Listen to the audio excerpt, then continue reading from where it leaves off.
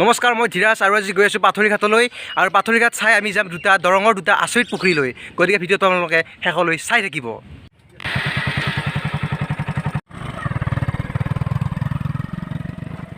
গতিকে ব'লক যাই থাকোঁ।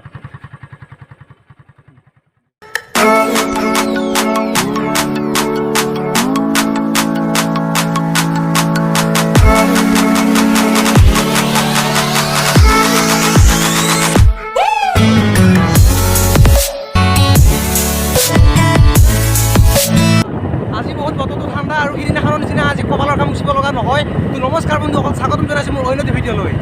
আৰু আপোনালোকে চাই আছে মোৰ ইউটিউব চেনেল ধীৰাজ ভাৰ্চন 2.0।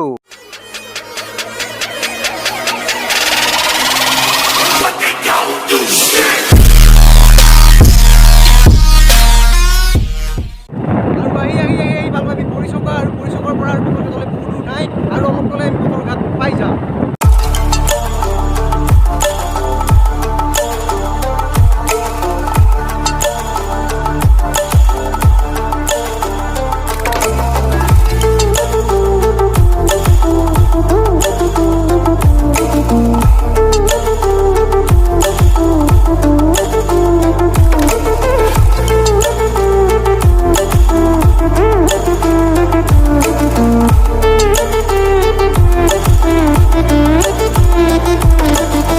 আৰু এই ৰোৱনী হালোবিলাকক চাওকচোন, তেওঁলোকে ৰাতিপুৱাই ওলাই সেই পথাৰত ইমান ৰ'দত কাম কৰে, কি কৰিব? একো উপায় নাই, এয়াইতো গাঁৱলীয়া জীৱন। আৰু আহি পাই গ'লোঁ আমি পথৰুঘাট আৰু ইয়াতে 1894 চনৰ 28 জানুৱাৰীত হৈছিলে কৃষক বিদ্ৰোহ। আৰু এই কৃষক বিদ্ৰোহৰ মূল কাৰণ আছিল ব্ৰিটিছ চৰকাৰে এই কৃষকসকলৰ মাজত কৰা খাজনা বৃদ্ধি। ব্ৰিটিছ চৰকাৰে খাজনা বৃদ্ধি কৰাক লৈ এই কৃষকসকলে প্ৰতিবাদ কৰাত ব্ৰিটিছ চৰকাৰে এই কৃষকসকলৰ ভিতৰৰ 140জন কৃষকক গুলীয়াই হত্যা কৰে। আৰু সেয়ে এই পথৰুঘাট ভাৰতীয় ইতিহাসত সোণালী আখৰেৰে জিলিকি আছে। আৰু এয়া হৈছে পথৰুঘাটৰ পৰিৱেশ, আপোনালোকক মই এবাৰ দেখাই লৈছোঁ। আৰু এইটো হৈছে শ্বহীদ স্তম্ভ। আৰু এই লোকসকলৰ ত্যাগৰ কাৰণে আজি আমি মুকলি আকাশৰ তলত ঘূৰিব পাৰিছোঁ। গতিকে চেলুট পথৰুঘাট। আৰু শ্বহীদ স্তম্ভটোত লিখা আছে যে 1894 চনৰ 28 জানুৱাৰীত পথৰুঘাটৰ এই স্থানতে জাতি ধৰ্ম নিৰ্বিশেষে কেইবাহাজাৰৰো কৃষক ব্ৰিটিছ চৰকাৰৰ বিৰুদ্ধে বিদ্ৰোহ কৰিছিল। ব্ৰিটিছৰ বন্দুকৰ গুলীত প্ৰাণ আহুতি দিয়া 7 কোটি কৃষকক ইয়াত সমাধিস্থ কৰা হয়। এই জাতীয় শ্বহীদসকলৰ স্মৃতি চিৰযুগমীয়া কৰা হওক। আৰু ইয়াতে ফলক এখন লিখা আছে আৰু সেই ফলকখন আপোনালোকক মই দেখাই লৈছোঁ। আৰু এইখনেই হৈছে ফলকখন। আৰু পথৰুঘাট চালোঁ আৰু গৈ আছোঁ এতিয়া দৰঙৰ দুটা ডাঙৰ পুখুৰীলৈ। আৰু সেই দুটা হৈছে লখিমপুৰ পুখুৰী আৰু বুঢ়ীনগৰ পুখুৰী। আৰু তাত যাবৰ বাবে পাঞ্জল ৰৈ আছে আৰু সিহঁতৰ ঘৰৰ ওচৰতে হয়। গতিকে ব'লক। আৰু যাবৰ বাবে পাঞ্জল ৰৈ আছে আৰু সিহঁতৰ ঘৰৰ ওচৰতে হয় এয়া। আৰু এয়া হৈছে পাঞ্জল। হাই। আৰু ইয়াৰ পৰা কিমান দূৰ হয়?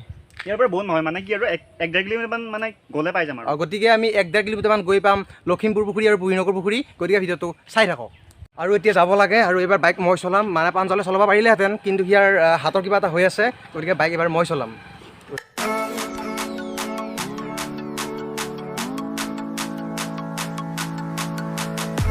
আৰু আহি পাই গ'লোঁ আমি বুঢ়ীনগৰ পুখুৰী।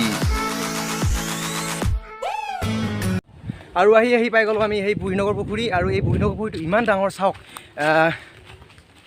আৰু ইমান ডাঙৰ পুখুৰীও যে আমাৰ দৰঙত আছে। গতিকে আমাৰ দৰঙৰ কাৰণে এটা বৃহৎ গৌৰৱ। চাই লওক, চাওক ইমান ডাঙৰ পুখুৰী হয় এইটো, চাওক। আৰু এয়া হৈছে বুঢ়ীনগৰ পুখুৰী। আৰু এই বুঢ়ীনগৰ পুখুৰীটো ইমান ডাঙৰ চাওক, পাৰ চাৰ একেবাৰে মনি নাপায়। আৰু এই পুখুৰীটো খান্দিছিল বোলে দৰঙী ৰজাই, আমি শুনামতে। আৰু কিমান চনত খান্দিছিল সেইটো গম নাপাওঁ। আৰু ইয়াৰে পুখুৰীটো কিমান ডাঙৰ তাত সেই কথা লিখা আছে এখন ফলকত। গতিকে ফলকখন চাই লওঁ। আৰু এইখনে হৈছে ফলকখন। আৰু তাত লিখা আছে যে 88 বিঘা 1 কঠা ফলল আছে। বা ইমান ডাঙৰ পুখুৰী, সঁচাকৈ বহুত ডাঙৰ পুখুৰী। আৰু ইমানেই ডাঙৰ পুখুৰী যে 88 বিঘা ইমান মাটি এই পুখুৰীটি খাই আছে। গতিকে চাই লওক কিমান ডাঙৰ পুখুৰী হ'ব পাৰিব। আৰু এইবাৰ আমি গৈ আছোঁ আৰু এটা ডাঙৰ পুখুৰীলৈ, লখিমপুৰ পুখুৰীলৈ। গতিকে আপোনালোকে ভিডিঅ'টো শেষলৈ চাই থাকিব।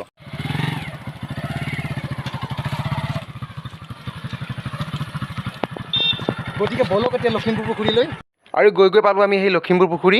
আৰু এই লখিমপুৰ পুখুৰীটো বুঢ়ীনগৰ পুখুৰীটোতকৈ বহুত বৃহৎ হয়। গতিকে আপোনালোকে এই বৃহৎ পুখুৰী চাবৰ বাবে দৰঙলৈ আহক আৰু এই পুখুৰী চাওকচোন আমাৰ পুখুৰীটো ইমান ডাঙৰ পুখুৰী। আৰু আহি পাই গ'লোঁ সেই লখিমপুৰ পুখুৰী। চাওক কিমান ডাঙৰ পুখুৰী। সঁচাকৈ বহুত বহুত বহুত বহুত ডাঙৰ পুখুৰী আৰু পাৰ মনি নোপোৱা এক বৃহৎ পুখুৰী।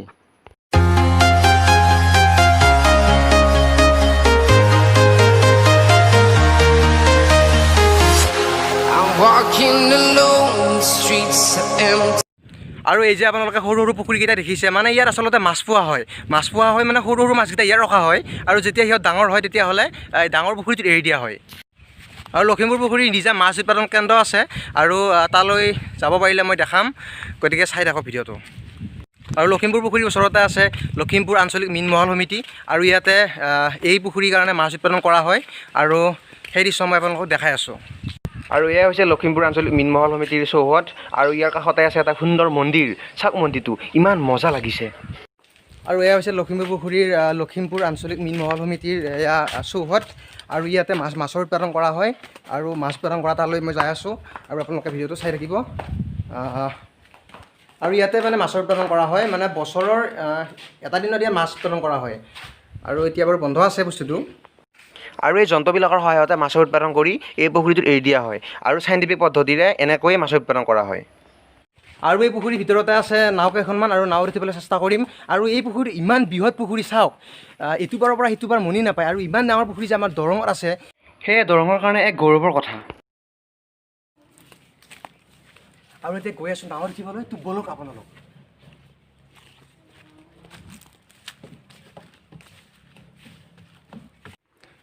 নাৱত উঠি আহিলোঁ আৰু এতিয়া ঘৰ যাব লাগে। আৰু এই ভিডিঅ'টো দীঘল নকৰোঁ, যদি ভিডিঅ'টো ভাল পালে লাইক কৰিব, যদি ছাবস্ক্ৰাইব কৰিব। তো অন্য এটা ভিডিঅ'ৰ লগত অতি সোনকালে মই লগ পোৱাৰ আশাৰে আজিলৈ মই ধীৰাজে বিদায় লৈছোঁ। Bye bye bye.